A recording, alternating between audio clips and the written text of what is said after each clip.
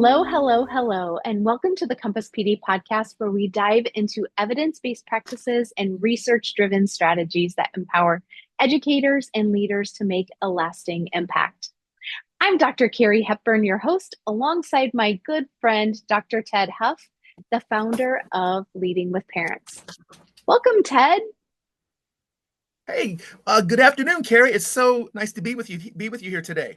Yes, can you just give our audience a little bit of information about yourself? Absolutely, absolutely. So, a little bit about myself. So, I am a former teacher and principal. So, I taught high school theater for 10 years.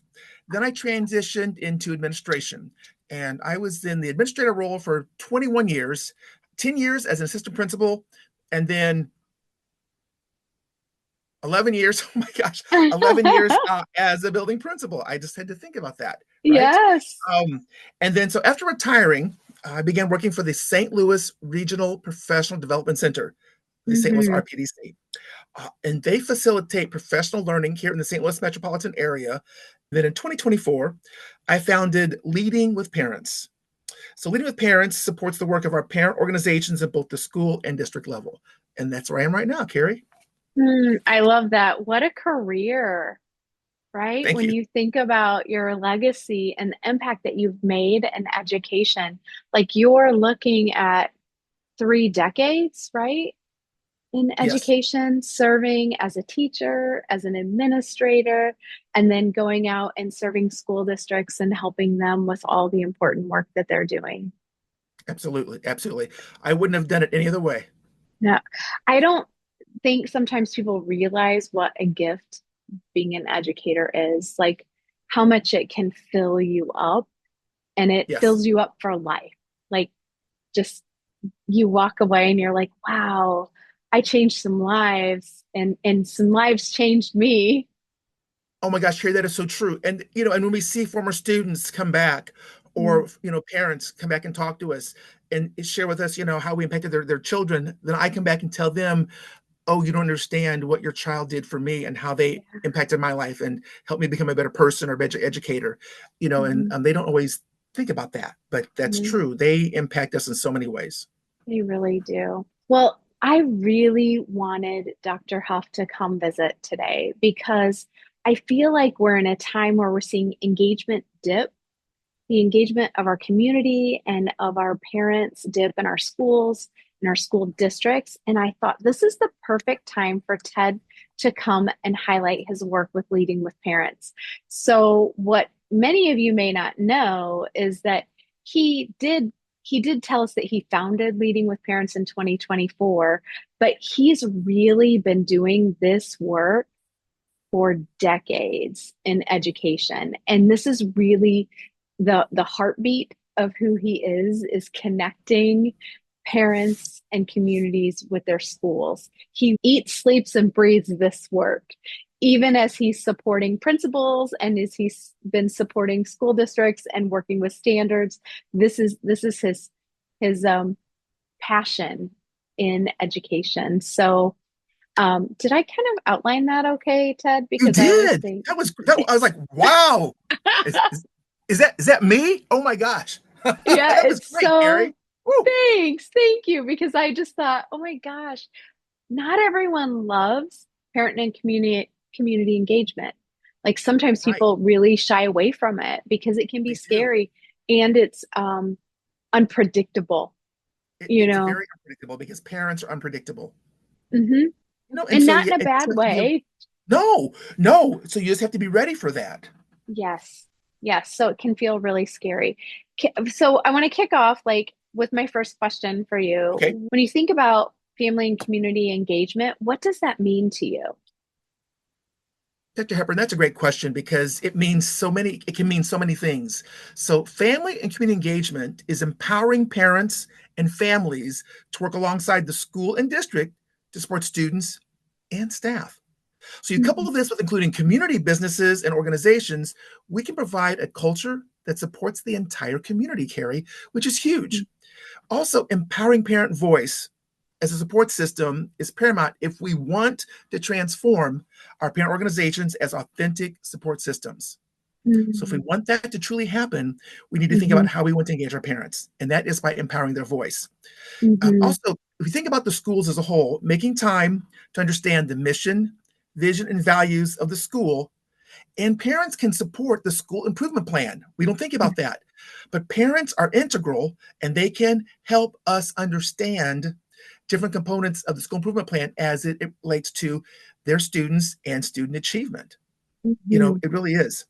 And they can serve as allies in an alliance. We think about that. Sometimes we think parents may want to come in for, an ulterior motive, but really parents want what's best for their child and what's best for the school because that's going Mm-hmm. to help them.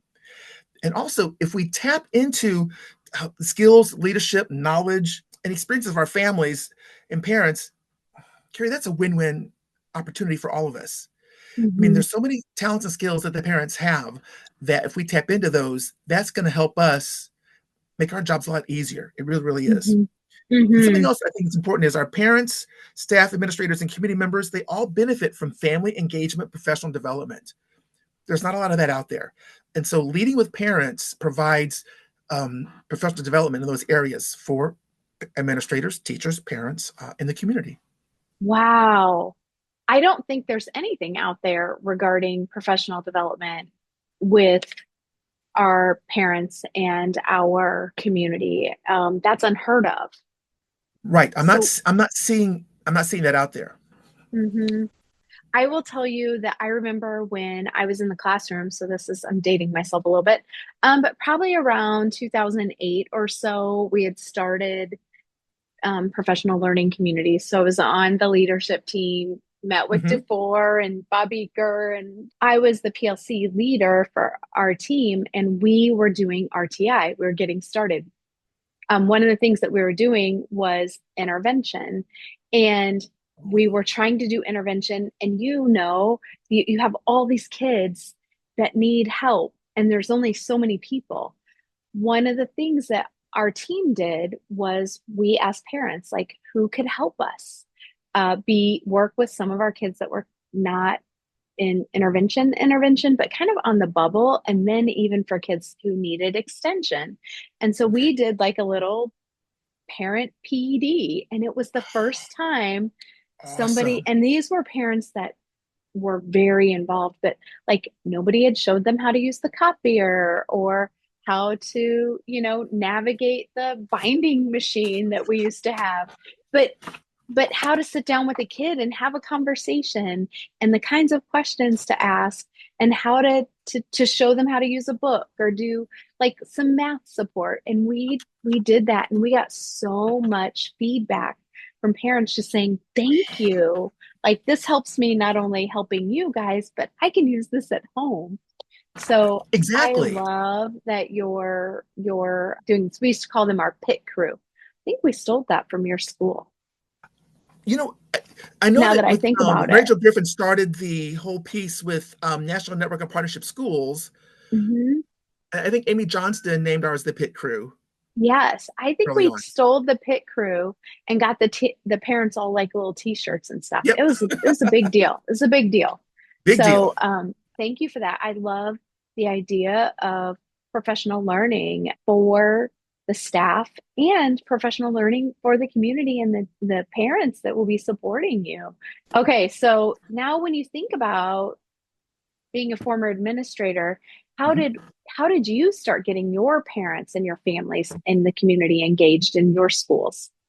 Okay, so Carrie, it started when I was a theater teacher back in the 20th century, and oh my gosh, and Yes. so as a theater teacher, I needed things for the productions, and so I had a couple parents step up and started doing things, and so we formed the drama parents group. And so they just started supporting our work. And I thought, oh my goodness, I'm engaging parents in taking care of, the cast parties. They're taking care of helping with different events and the nights of the shows, taking us to the conferences and supporting that. So that's where I got started. So then Hmm. I transitioned. I started working in Francis Allen in 2006. And as you mentioned, the pit crew. So Amy Johnson had the pit crew already established. And so that was kind of rolling along. And the pit crew really let out, they had book studies. We had a lending Hmm. library for Hmm. the parents to, receive literature. And so then in 2014, Carrie, Dr. Joe Mazza, back when Twitter chats were popular, okay, he Mm-hmm. started the PT chat, parent teacher chat, and that was a 30-minute chat. And so Joe and several parents, and every week we were on the PT chat. And then we started a book study called Beyond the Bake Sale by Karen Mapp and Ann Oh. Henderson. And Mm-hmm. it's my favorite, here to carry, this is my favorite go-to book. Oh my gosh, thank And you. so I love it, Beyond the Bake Sale. And so we did on Voxer, we did a book study on Voxer starting in the June Boxer. of 2014 through all of Boxer. 2015. And we had questions every week and we'd go on and yeah. So we did our Voxer chat. Okay, so then Joe says in the spring, he says, guys, I want us to go to the NAFSCE National Conference. That's the National Association of Family and Community Engagement. And so in June of 2015, we went to the conference in Chicago and we presented on Beyond the Bake Sale and engagement. And that was transformational for me. So I came back to Francisal Middle School that summer and I met with my assistant principal who was over the PTO president, and she said, Ted, we are in trouble. I said, what's going on? She said, Ted, we're dying on the vine. I'm like, what do you mean? She said, well, back it up. I thought PTO was about fundraising, and my pit crew was about parent engagement, parent learning, parent studies, book studies. And Mhm. then my PTO president said, Ted, no, PTO does everything, but you've relegated us to fundraising. And so we're not, we're not being successful. So we merged the pit crew and okay, so we became FACE, Family and Community Engagement. So they became the face of our school. It was one group leading out fundraising and also family engagement. So that's how that Mm. started. Um, and so what I did was, I mean, we were all ex officio members. The admin team, we were ex officio members of the FACE team because they made all the decisions. We just attended. We were there Mhm. to get their support, but they made the decisions. They set the calendar. They set the agenda. They created all the events. I mean, they came up with, Wow. they started the craft fair. They started the holiday wrap in Mhm. December for staff. They, let out the adult trivia night, the family trivia night, just different things along those lines. And they just started just doing all these different things, for the school community. So Mhm. that's kind of where it started. And so what we learned from Karen Mapp and Ann Anderson and Beyond the Bake Sale is that you have to meet parents where they are. And we Mhm. don't think about that. And so I took it one step further. They said we have to meet parents where they are. And I added on, and not where we believe they are. Mhm. Because we have a perception of where our parents are based on our first impressions. And so we have to Right. think, no, we need to find out who our parents are, where they are, and then start helping them wherever they are. And that could be, um, helping them with things at home or helping them understand the educational system, whatever that is, and bring them into the fold. And then we can start having them join and do different things. And for me, it's about knowing my parents. I'm big on names, and so I needed to learn the parents' names. So I tried to learn as many parent names as I could. You know, and Mhm. then my middle son Ben, I asked him one day when he was in sixth grade. I said, Ben, and he, by the way, they went to my school. They had a boundary exception to go to Francistown Middle School, and I said, Mhm. Ben, how's school? He goes, Dad, it's okay. I said, Ben, what do you mean it's okay? He goes, Dad, don't take this the wrong way, but nobody loves school like you love school.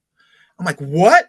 He goes, seriously, Dad. I mean, you're crazy about school, and I'm just not. It's okay, Dad. It's okay, but I'll be fine. And he's fine. He's fine. He graduated from college, and he's a good, Great. But it made me realize that the lens with which I viewed school was skewed, and I had to Mhm. realize that everyone else has their own lens with which they view school as a Mhm. parent for their children or as a parent at their own experience. Mhm. So that helped me. So it was important for me to figure that out. Okay, so then if I could share something, Carrie. So Yes. Weston Keesnich is an educator. He's a keynote speaker. And so he has something called his 10-second truth vlogs, Mm. 10-second truth vlogs. So most Cool. recently, and I added that link into the Show notes. notes. Nice. He said this.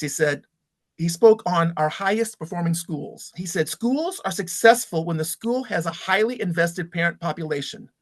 Schools only work when they have a handshake agreement between schools and parents, where schools say we will do ABC, and parents say they will do D, E, and F. So he said it's not. He said you have an incredible staff, you have incredible PD, you have incredible community. He said, but when you have that invested parent group, he said that's when you're going to soar. So Hmm. That's so powerful, isn't it? yes, I was like, I immediately messaged Weston back and said, Weston, I said this is gold. Thank you. As you were chatting, a couple things I made really strong connections to were when you said dying on the vine and having your PTA, PTO, and then your pit crew. I Mhm. do believe that we're getting committee meeting out. And Yes, so, what a brilliant idea of joining those two committees. And it really is a nice way of using the gifts and talents. Everyone wants to serve and help, but yes, they can't do all the things. they And you cannot. want to feel like you're doing some good work, you know? So fundraising is kind of a it's an necessary evil, I guess, you know, that we have in education. Nobody else in the business world has to fundraise to, you know, buy Right. books and things like that. But we have to in education. So if you can have one meeting a month versus two, you're going to get more buy-in from your staff, getting Yes, them to become part of it, and then from parents. And parents are busy. So they absolutely, can commit absolutely. though to a couple days, a couple hours a month they can likely Right. commit to. So I And love that. we can't make fundraising the focus. That has to be Mm-mm. a part of it. And so when leading with parents goes in, we talk to them about the parents and the engaging the parents, bringing parents in, and then building those relationships, helping the parents support the school, and then we bring in fundraising as needed. But we tell them that Mm. that's not our primary goal. Our primary goal is to Mm-hmm. support um, with volunteerism or different things. But Yes. also, when the time comes, we add in fundraising, but that's not the be all end all. Well, and I know there's research. I don't have it cited right now, but I will look it up that the more involved our parents are, just like what Mr. Key What snitch, yeah, yeah, just mentioned Keesnitch mentioned about how our highest performing schools have highly invested parent populations. So I think all parents want to be involved and they want the best for their kids. they Sometimes do. we just have to think about how it looks and it might need to look different based on our communities. We just get creative Exactly. with that. This feels to me like it's more important than ever. Can you discuss your four primary like links of engagement? Oh, absolutely, absolutely, Carrie. So there are four key links that link Hmm. schools, parents, and the community. That's Mm, stakeholder voice, okay. family connection, Hmm. beyond the boundaries, and level leadership. So, Mm, stakeholder voice, that's empowering all the stakeholders within your community to share their voice on a committee, on a special committee, hiring staff, teachers, mhm, and administrators, um, getting their voice and ideas. And then what's important though is when you survey the parents and you get their voice, it's important to let the parents know how you use their voice, their information in your mhm, decision. Because mhm. if that's how you're going to get stakeholder buy-in is when stakeholder voice is used as a catalyst to build the school, to move the school forward. Yes. So that's the key piece there, is that we need to make sure that we're using their voice um, and their information to make those decisions. Hmm. And then family connection. So how are we connecting with the parents? Are we personally inviting them to join, one-on-one when they're at school? Are we having home visits? Are we um, does our parent organization connect with the community? So how are we connecting the families to the school? How are we connecting the families to the community? What are we doing to bring them in? Hmm. That's huge, is that family connection piece. Hmm. And are we including all of our families? Are all family groups represented in our school on our FACE team or your parent organization? Right. And if they're not, why? Um, Right. because every parent matters. And so we just need to make sure that, and a couple of parents told me, they said, Ted, we need to make sure we're including all parents, all parent groups all their voices. I said, you're right. You're right. So again, making Mhm. sure that they're all there. And then beyond the boundaries, that's where we're going out into the community. So we're taking the students, the parents, and the leaders, and we're going out into the community. It could be service learning, it could be community service. But what are we doing? Are we going out and volunteering in the community? Are we bringing the community in to the schools? Because Mhm. parents have so many community connections that they can help bring the community back into the school. Mhm. And so, what are we doing with that piece? Because that's missing out. And so when the school wants a tax levy or a bond issue, and you have connection with the community, you already have that grassroots organization that's supporting you. And Right. so if they're part of that, and if the community is part of your school improvement plan, if they're sitting on committees, they know what you're doing. You're gonna have a great opportunity to get their voice and their support for whatever initiative you need. And level leadership. Are parents taking on leadership roles? Are they taking leadership roles in the district? Are they chairing a committee? Are they leading out a cause? What are they doing in leadership? So there are different opportunities for them to lead out. They could lead a subcommittee, they could lead a committee, but what are we doing to empower them?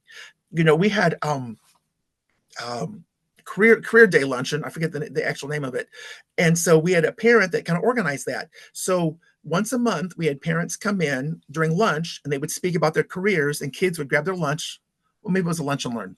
They would come in. The kids would come into the library for lunch, and a parent Mhm. would speak on their career. And so we had a couple parents organize that. And so Mhm. it's using their talents to support the school.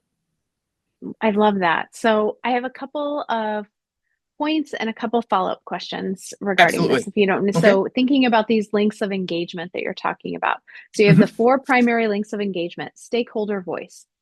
One of the things that we see a lot of people not highlight how they use the data in their decisions. And so it feels disconnected. So they're Hmm. like, they asked for my opinion, but they didn't use it Hmm. to do anything. So we try to, and that's frustrating, right? Very frustrating. So we try to teach, districts that in their curriculum cycle, part of their curriculum cycle every single year, they should be surveying parents and students on the resources used, how engaged they felt like their child was in the material, how connected they felt to the course, all of those things, so that we're getting minute by minute information from our parents, and maybe not minute by minute, but annual data from parents that this is how they're feeling about these particular courses or resources or materials or how it's instructed. Then when I think about, so that's, I wanted to make that point. I loved how Okay. you Thank said you. let's Thank get you. That's very that valid. serving. And then when I think about the family connection, you mentioned having parents become leaders. And that's really scary when you're an administrator, to Hmm. have somebody Yes. else be a leader and say, okay, you're going to be in charge of this. What do you do to set that partnership between you and that parent or those parents up for success so that it doesn't go rogue? Oh, Dr. Hepburn, that's great. That's a great question. So typically, I wouldn't have a parent just jump in and take over a leadership role. They're going to be with us for a little bit. I'm going to get to know the parent. I'm going to learn their strengths. I'm going to learn their interests, and then talk to them about the parameters with which, the guidelines. Um, Hmm. and so, for example, for the FACE team, we served as ex officio members, so we were there to kind of support. Um, you might have another leader kind of administrator, join that committee and work alongside that parent as they're leading things off. Okay. But again, you have to set the parameters for the parent on what you want them to accomplish, and know the goals and the guidelines. So there's certain things that the parents can and cannot do because of district policies or building guidelines. So Mm. again, just upfront, express to them, this is the goal, this is the task, and then here are your parameters within you need to work. And you always have an administrator to bounce those ideas off as an ex officio person in case you have any questions, so that they don't go rogue, or they don't, take it in a direction that's not compatible to your goal, and Okay. just stay in communication with them. And then once that first go around is successful, then you can continue to give them a little more of that leadership piece, and just trust them. And I trusted my face team implicitly to do the work once we got things grounded and they were established and they understood our expectations and the framework, Hmm. and Hmm. our district policies and building guidelines. Okay. Nice. I just could see several people being like, yes, I would love that.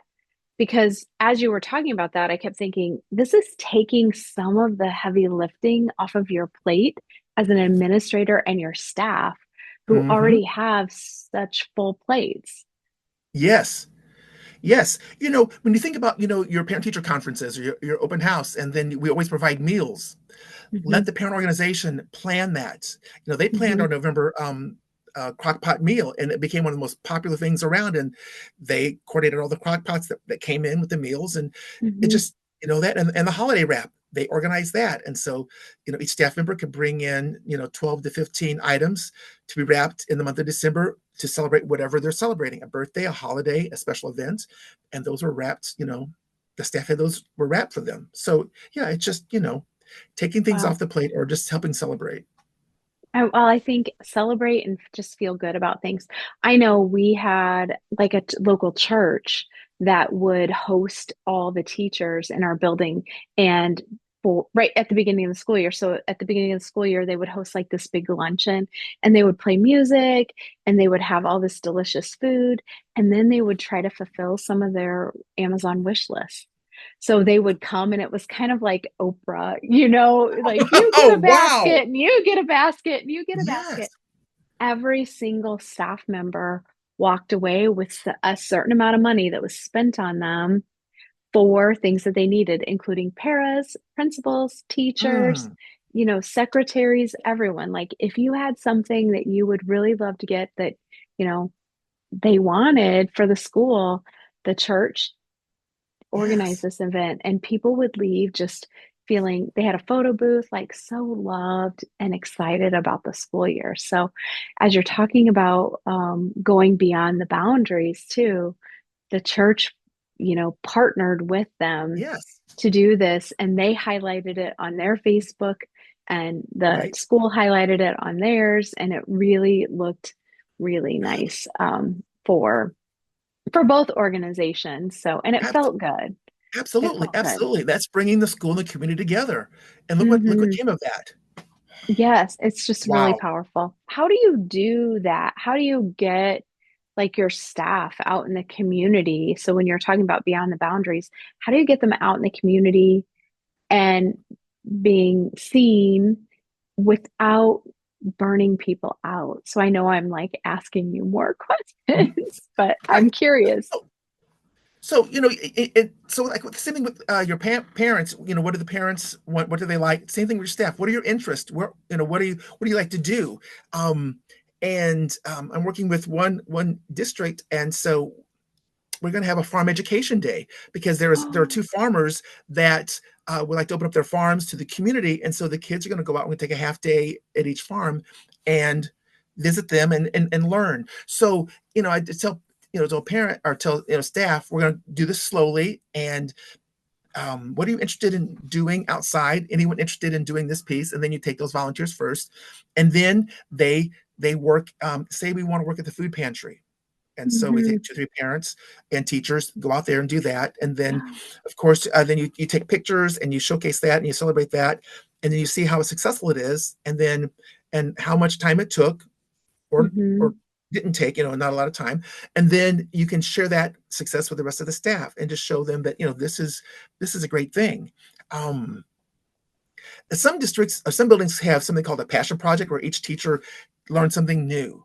So you could Hmm. have, each teacher look at, or a group of teachers look at a service into the community that they would like to do, and then all rally around that, and they then lead that out. Um, when Okay. I was at Frankstown Middle School, our character connection classes adopted areas. And so they adopted areas of the building, they adopted parts of the community. And Hmm. so, you could just build that into your school community. Um, Hmm. slowly introduce it because it's a big task. It's a big ask. of your Right. staff to go out into the Right. community. So you want to do that slowly and get buy-in so they can kind of see what it looks like with a pilot group and then continue to expand that. Mhm. Something I think you do really well, Ted, is you share the story on social media so people get the narrative of what's happening in the moment. And I think that's really important, especially in a time that more negativity is on social media and negativity Yes. regarding education. We can share our story of what is going so wonderfully in our schools and help change that narrative and that belief through some of this work. And I really love that. I think you do that really well. That's something I've always admired you for.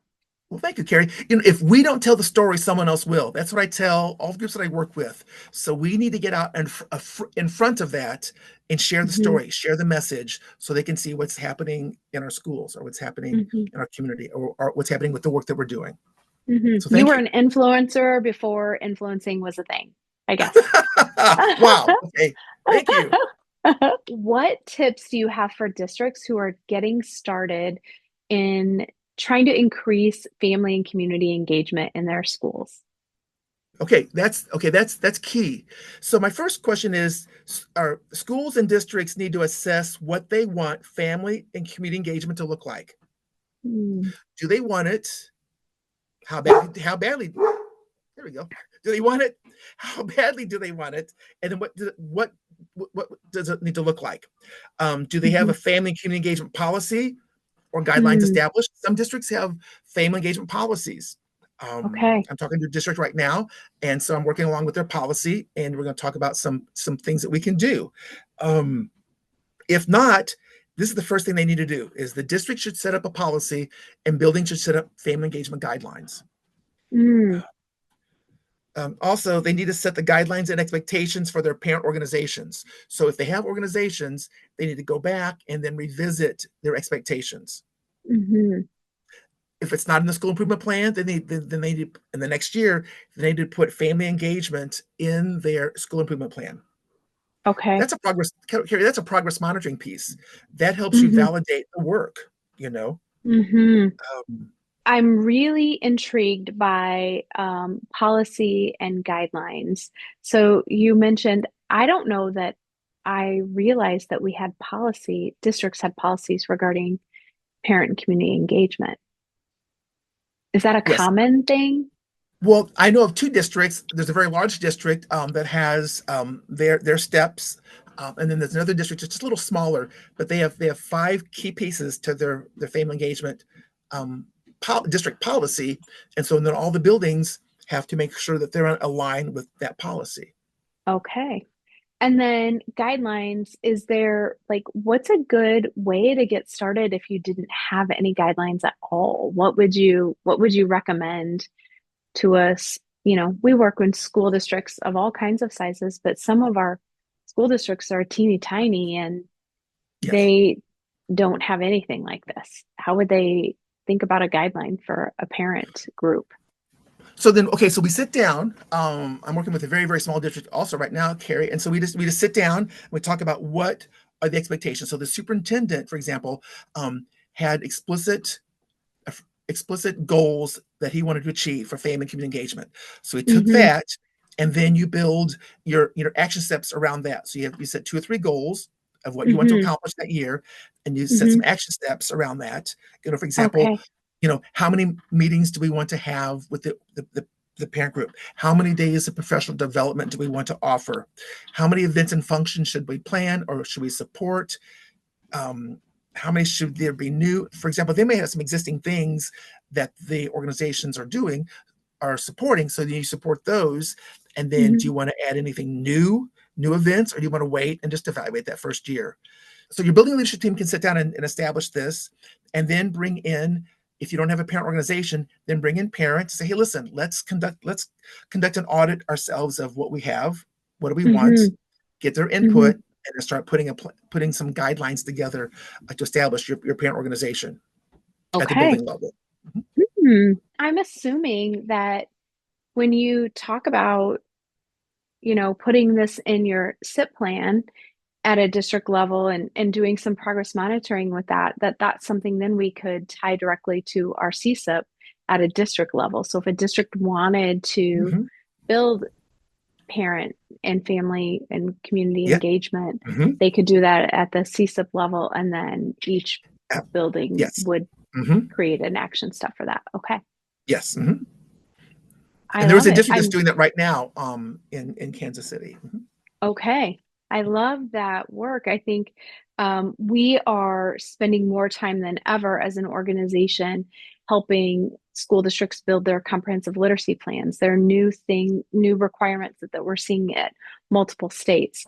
They have a lot of similarities. And one of the things that we think is really interesting is that there is a strong family community engagement expectation for these comprehensive literacy plans. We also anticipate that in the next few years, we'll start to see the same thing for math, as Mhm. right now we're dealing with the science of reading, and that's early childhood. Well, really, they're starting some states birth through grades 12. And Mhm. then while others maybe start pre-K till grade 12. But I anticipate we'll also see the same thing with math as the science of learning starts to hit the math world too.